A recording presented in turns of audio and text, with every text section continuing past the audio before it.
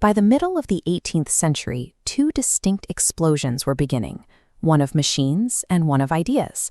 To see how these events initiated a sequence that eventually reached almost every modern border and human right, we need to map them on a single master timeline, spanning from 1750 to the end of the 20th century. This line tracks the total economic output of human society. For thousands of years, that line remained flat, tied to the limits of animal and human muscle. But right here in England, the graph begins spiking upward.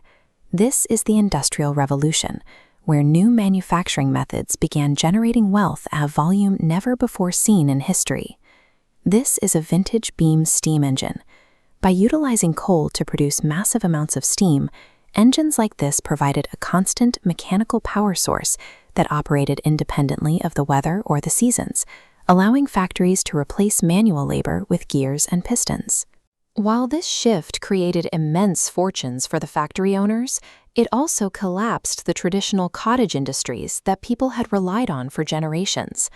Millions of displaced workers migrated into cities, trading their independence for low-wage labor in crowded industrial slums. While machines were transforming the English economy, a different crisis was peaking in France. By 1789, the monarchy faced a total financial crisis, burdened by massive national debt. To pay for it, the state increased taxes on the peasantry, while the nobility remained largely exempt from the cost of running the country. This systemic inequality eventually broke the social order. In July of 1789, a massive uprising of common citizens began to tear down the symbols of feudal power, starting with the storming of the Bastille prison in Paris. These two forces soon intersected. Industrial factories produced more duds than local populations could buy, leading European powers to scramble for overseas colonies to secure new markets and raw materials. Meanwhile, the political ideas emerging from the French Revolt gave these expanding nations a potent new identity: nationalism. By 1914, the competition for colonies and resources had split Europe into two competing military blocs, the Triple Entente and the Triple Alliance. A system of rigid treaties meant that a conflict involving one nation would pull in all the others. That system was triggered on June 28th, when the Archduke of Austria was assassinated. Over the next 5 weeks, a series of diplomatic failures and mobilization orders turned a local crisis into a global war, as the major powers declared war on one another in rapid succession.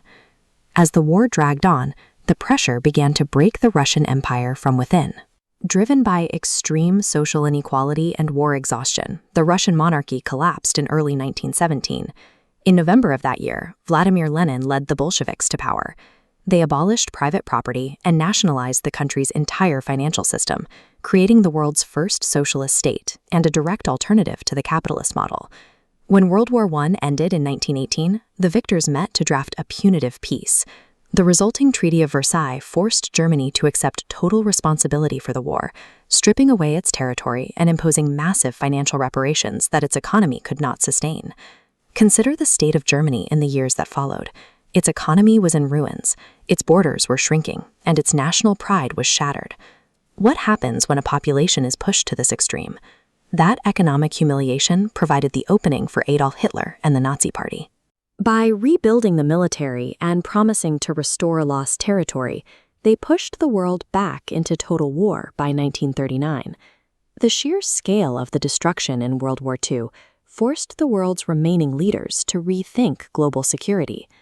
At the Yalta Conference, the heads of the Allied powers began planning a new international order designed to ensure this would never happen again.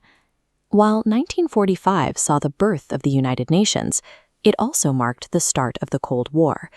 The world split into two parallel ideological tracks: US-led capitalism and Soviet-led communism, beginning a decades-long struggle for global influence. That tension spiked in 1949. Western nations formed the NATO alliance, while the Soviet Union successfully tested its first atomic bomb, creating a nuclear stalemate that would define international relations for the next 40 years. This ideological divide eventually manifested as a physical barrier across Europe.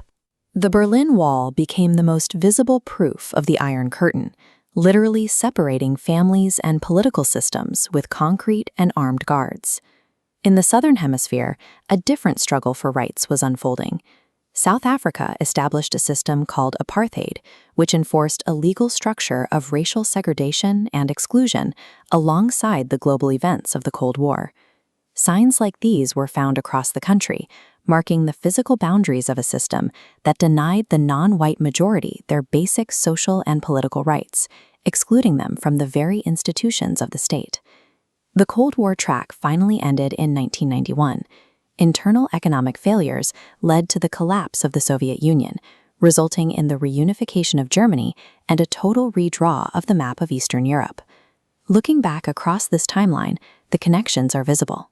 The mechanical and political shifts of the 1700s began a sequence that eventually reshaped global geography and human law.